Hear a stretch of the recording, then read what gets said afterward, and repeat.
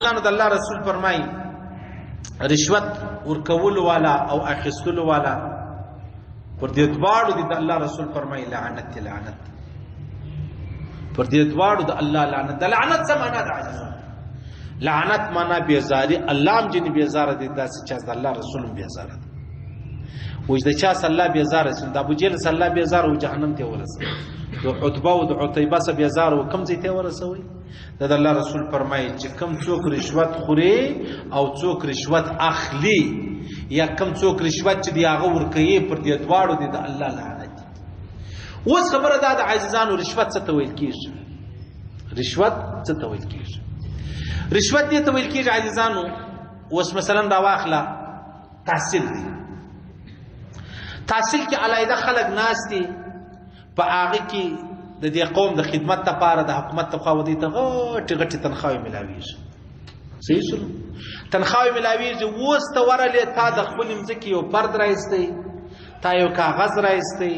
تا د خپل مځکه کتله تا د خپل مځکه مطلب هغه مقدار او حد چې دی هغه معلوموي ته ورلې تا ورته سما دا شی درشکاره کا $1 غواړم بیا دا کار درکوم اوس پر دغه ځای باندې روپۍ اخستل دا حرام دي دا مردار دي دا رشوت دی اوس که چیرې دا سړی را ولاړ سو پر رضای روپۍ ورکولې چې زه 2 روپۍ درکوم دا پلانې کار راوکړه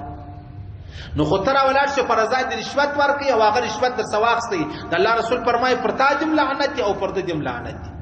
او که یو سړی مجبور هغه ولې زما یو فرد بندولو زما یو کاغذ بندولو زما د مځکې کار چې دی هغه بندولو نه راکوي بل لکه مجبور رسول روپۍ مې ورکړلې دا ستا د مجبورۍ په خاطر چې تا روپۍ ورکړې ستا کار بل لکم نه کېدی ته به بیا هم استغفار وایه دا ګناه ده وسوه خو لیکن هغه رقم ګناه نه ده لکه څنګه چې په رضا سړی وکړي لکه څنګه چې دا سړی په رضا باندې روپۍ اخلي رشوت اخلي د دفترانو والا دا ورته حرام دی او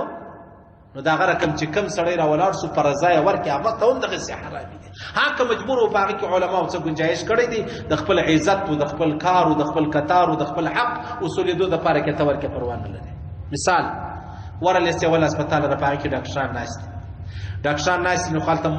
مفت علاج درکې دوا هم درکې او الته دا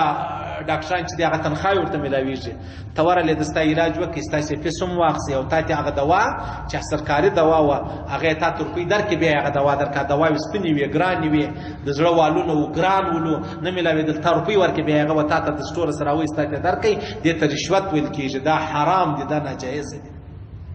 د الله رسول پر داسې چا باندې لعنت دی هغه ویل عزیزان زموږ وطن چې نن دومره تبادی د دې وجه څه ده د دې بنیادی وجه دا ده چې هر دفتر لره ورلې روپۍ ورکړي چې روپۍ دې ورکړلې پر جایز شي باندې تاسو روپۍ ولاړې نو چې تاسو روپۍ ورکړلې تا خو دا سړی پر رشوت مخته کوي کته وایا مان دي د اوله سره مختصوي دي د اوله سره به د هغه سړی سپشتنه کیږي چې اوله دا دنده چې دا شروع کړي دویم دا کم سړی چې دا کار کړی دی الله به د سپشتنه کوي دا خو حرام روپۍ ولې دا ولې علماء فرمایي وای دا کله چې حرام د انسان نسل را راځي وای دا داسې دی دا زړه چې دی هغه دوه دروازې لري یو دروازه هغه د چې زړه له خبره ورځي یو دروازه هغه د چې زړه څخه خبره وځي دلته چې کله زړه له حرام خبرې ورلې د زړه د ابل دروازې سه اسلام چې دی هغه وته صحیح سودا یو دویمه خبره دا د عزیزانو هر هغه وطن چې په نن زمانہ کې کامیاب دی هغه وجه یو بنیادی وجه دا د چې رشوت نشته کستې په یاد په خوا پر د دیوالو پر د درخت باندې بالای دا سرکار د خوا یو چادر لګیدل یو پر هغه باندې کلی و چې رشوت خورلو والا او اخیستلو والا پر دې دواړو د الله لعنت په خوا دا شان دی وسوم د انګريز کور لره ورسه الته د رشوت تقریبا استفاده کامیاب ملکو کې دا اوس په امریکا په نیویارک کې یو ملګری میسج راکړی ویډیو راستولې و